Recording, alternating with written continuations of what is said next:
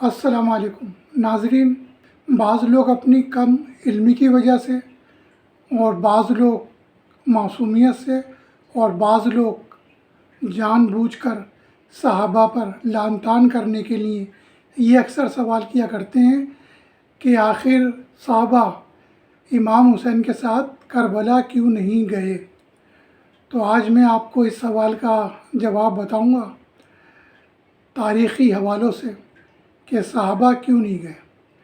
پہلی بات تو یہ ہے کہ حضرت امام حسین رضی اللہ تعالیٰ عنہ کربلا نہیں گئے تھے، کوفہ جانا تھا آپ کو۔ اور کوفہ کیوں جانا تھا؟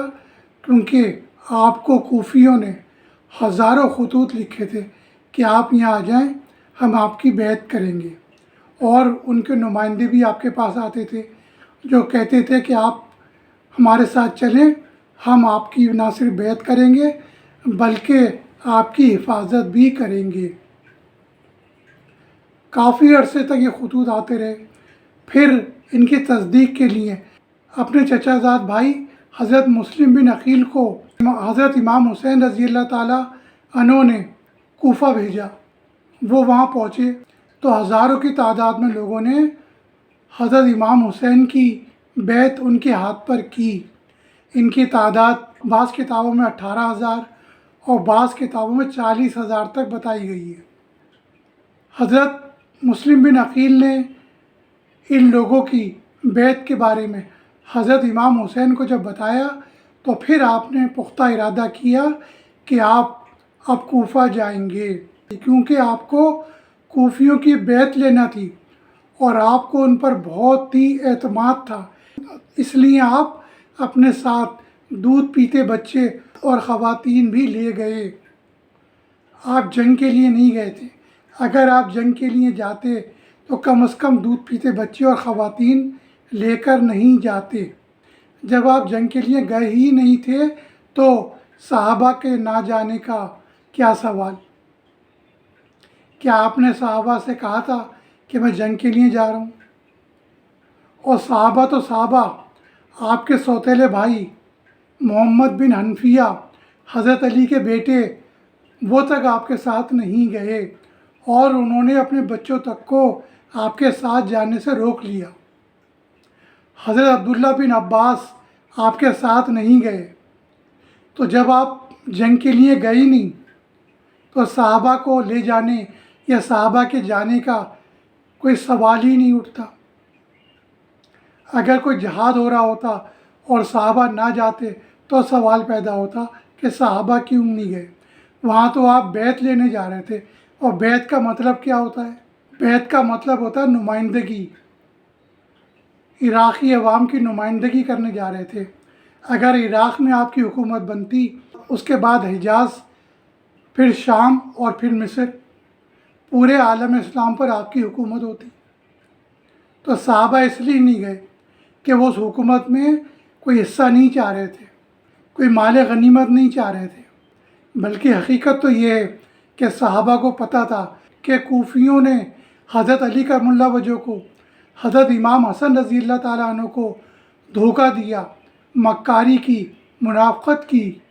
اس لیے آپ منع کرتے تھے حضرت امام حسین کو کہ آپ بھی نہ جائیں کوفہ، مگر آپ کو کوفیوں کے خطوط پر بہت اعتماد تھا۔ حالانکہ حضرت علی کرم اللہ وجہہ اور حضرت امام حسن کے قریب جتنے امام حسین تھے اتنے صحابہ بھی نہیں تھے،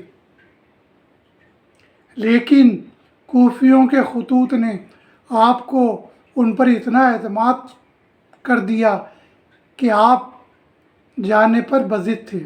تو حضرت عبداللہ بن عباس، حضرت عبداللہ بن زبیر، حضرت عبداللہ بن عمر، یہ وہ لوگ تھے، وہ صحابہ تھے، ان کی اولادیں تھیں کہ انہوں نے گھوڑے کی رکاب تک پکڑ کے رو کر آپ سے کہا کہ آپ کوفہ نہ جائیں۔ آپ کوفیوں کی دھوکہ بازی نہیں جانتے، آپ کوفیوں کا فراڈ دھوکہ نہیں جانتے۔ تو یہ امام حسین سے محبت تھی یا نفرت تھی؟ صحابہ آپ کو جانے سے روک رہے تھے، کیوں؟ آپ کی محبت کے لیے یا آپ کی نفرت کے لیے؟ محبت ہی تو تھی آپ کو۔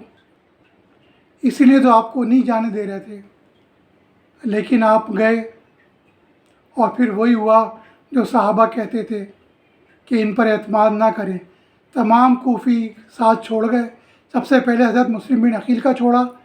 ایک وقت ایسا آیا کہ آپ اکیلے تھے، آپ کو راستے بھی نہیں پتہ تھے، اور آپ ایک گھر پہ کھٹکھٹایا، وہاں سے ایک عورت نکلی، اس سے کہا کہ مجھے پانی دے دے، میں مسلم بن عقیل ہوں۔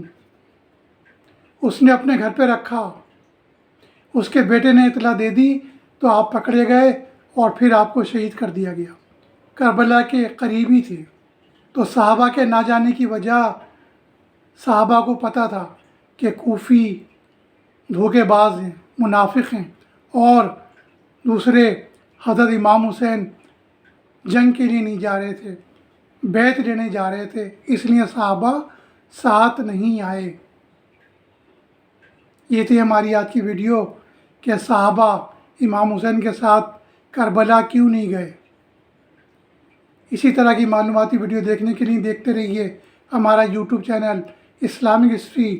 ملتے ہیں انشاءاللہ ایک نئی ویڈیو کے ساتھ۔ السلام علیکم۔